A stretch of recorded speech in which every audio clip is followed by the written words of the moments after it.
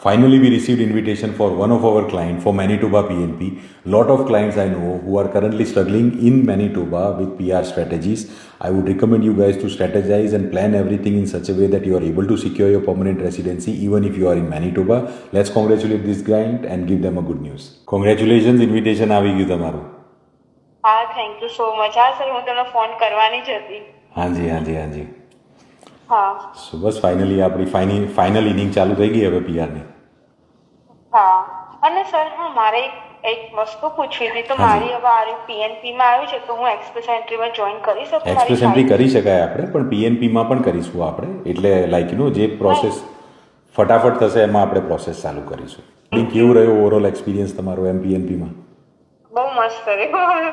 મેં તો 2 મહિના પહેલા જ ફાઇલ મૂકી હતી ને. હાજી 2 months થયા આપણને ઓલમોસ્ટ. હા. કેવું લાગ્યું ટીમનું અપડેટ આવતું હતું ના, ટાઈમ? બધું તમારા સ્ટાફ પણ સારો છે. Okay, very nice. Thank you so much and congratulation once again. હું ટીમને કહું છું તમને ડિટેલ મોકલવાનું અને મળીએ આપણે પાછા.